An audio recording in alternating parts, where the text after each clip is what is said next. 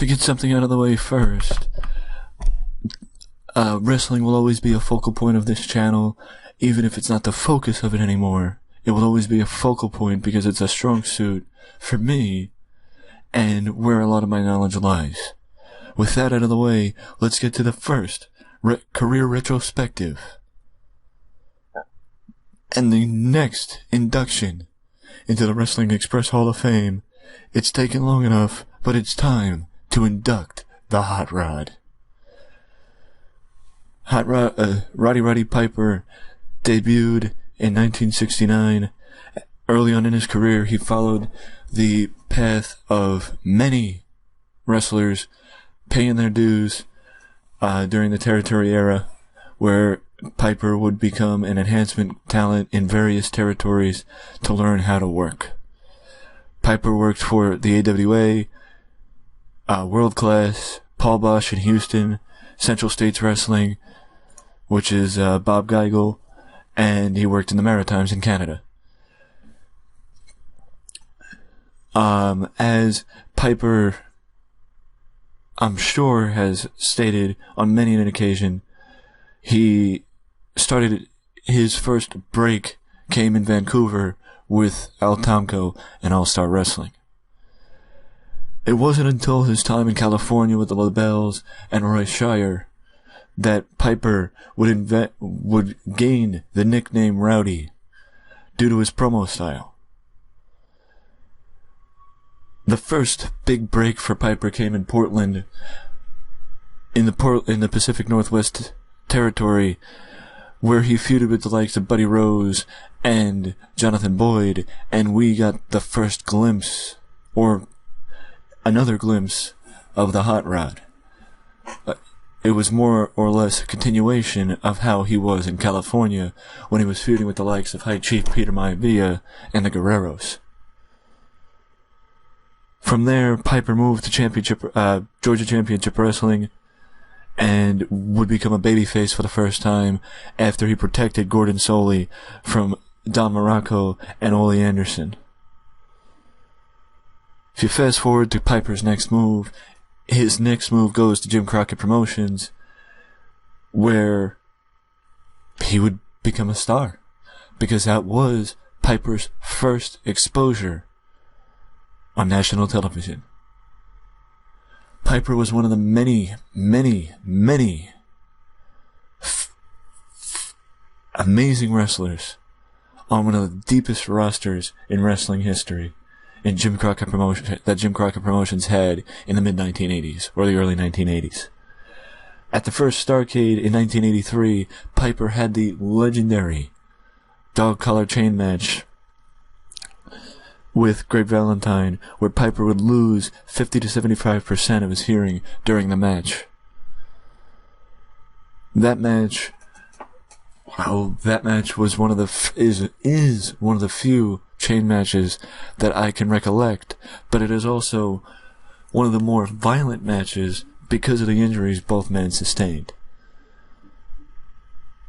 Piper would move into the WWE the following year in 1984, not before he finished out his contract with Crockett Promotions, but Piper would also start in the WWE as a manager, managing the likes of David Schultz and Paul Orndorff.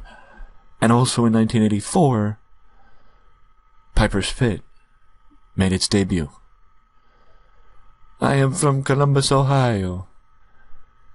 Frankie Williams still legendary, still echoes through some arenas for those who know that Frankie Williams quote.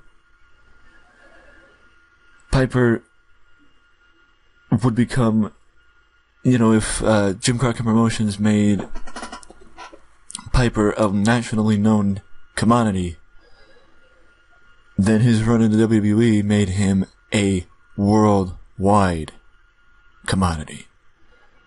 Because Piper, not only did he become a legendary, not only did Piper become legendarily known for his his ability to speak. But once he got in the ring, everybody found out why Roddy Piper was one of the best to ever lace up a pair of boots.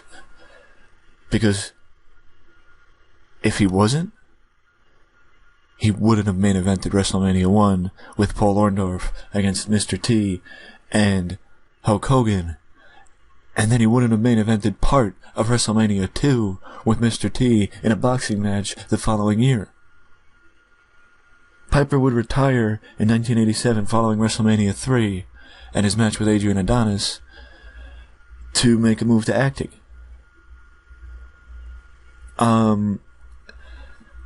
At that point in 1987, Piper would never really become a full-time wrestler again in the WWE.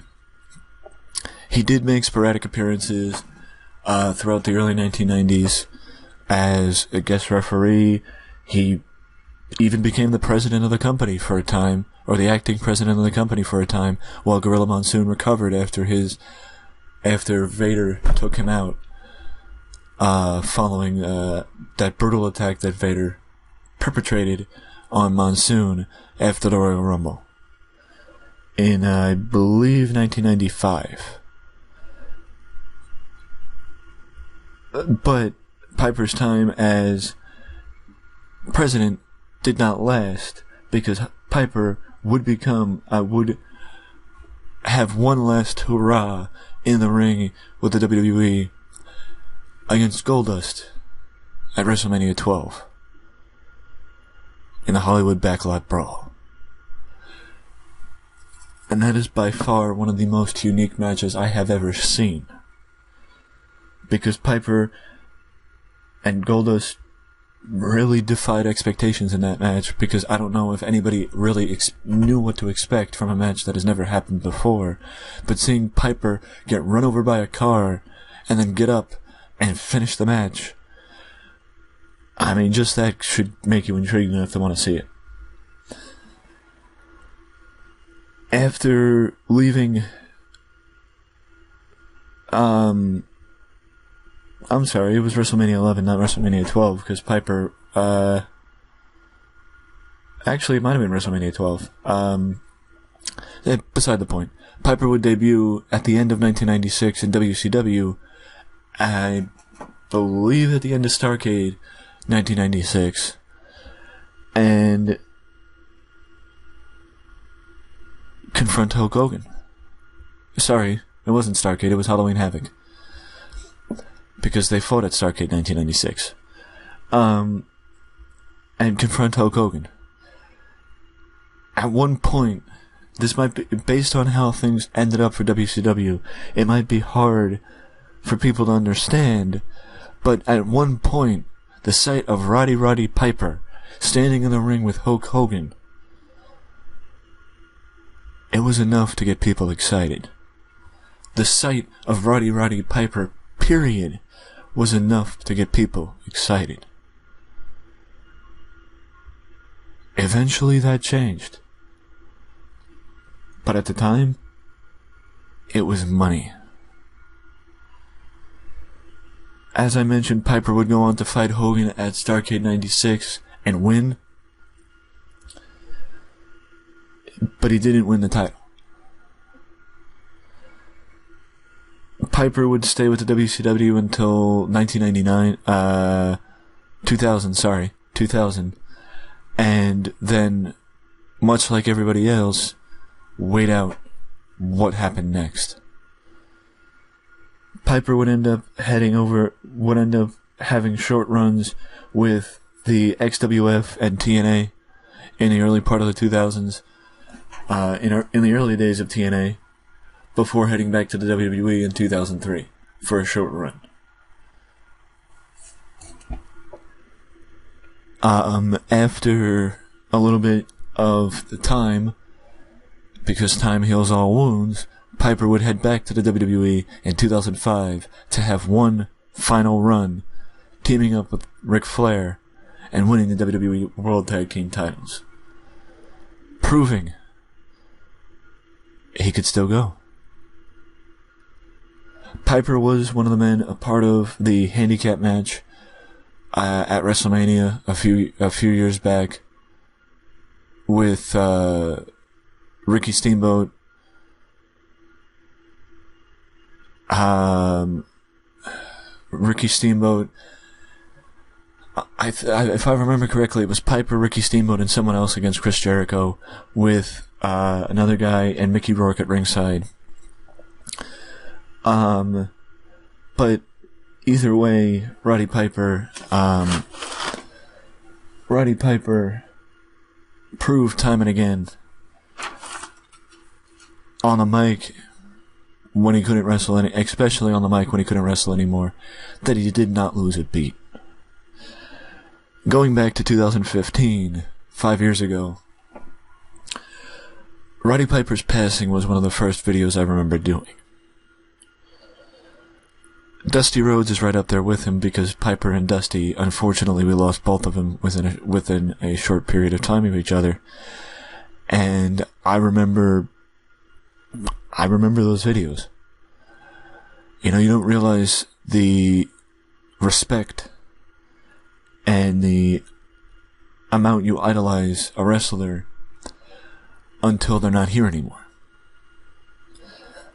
I realized that when we almost lost Ric Flair a few years ago, that Nate is one of my idols. And I'm lucky enough to have met Nature Boy Ric Flair, but unfortunately I never had the opportunity to meet Roddy Piper or Dusty Rhodes. But, 5 years ago was when I started this YouTube channel, and 5 years ago was when we lost Roddy Piper. I remember finding out we lost Roddy Piper. There's only 3 people that I remember finding out they passed away. Dusty Rhodes, Roddy Piper, and Eddie Guerrero.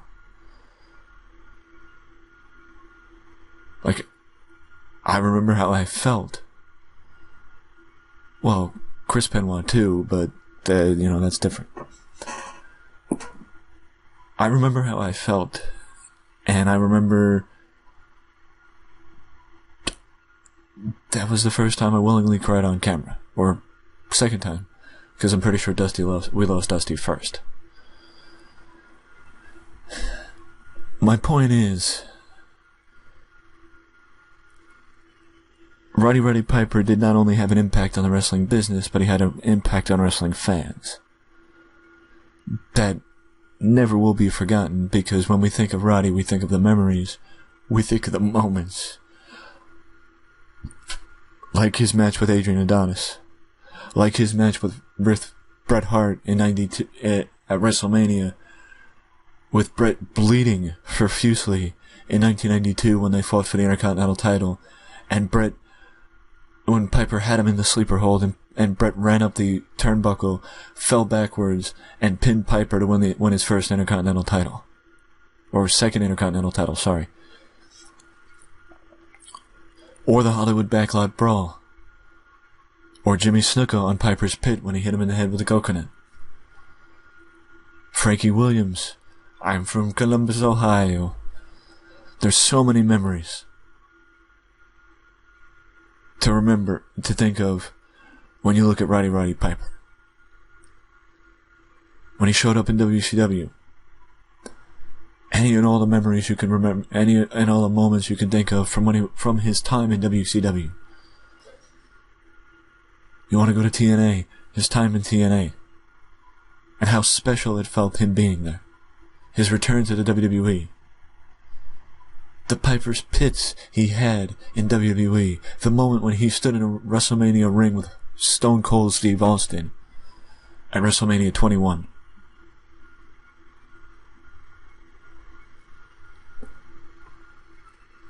What's his legacy in wrestling? A pioneer. Roddy Piper was unlike anyone else, and there will never be another Hot Rod. Never. I am honored, after 4 years, or 3 years, of having a Hall of Fame, to finally have the humble honor to say that Roddy Piper is a member of the Wrestling Express Hall of Fame. Welcome, Hot Rod. Welcome.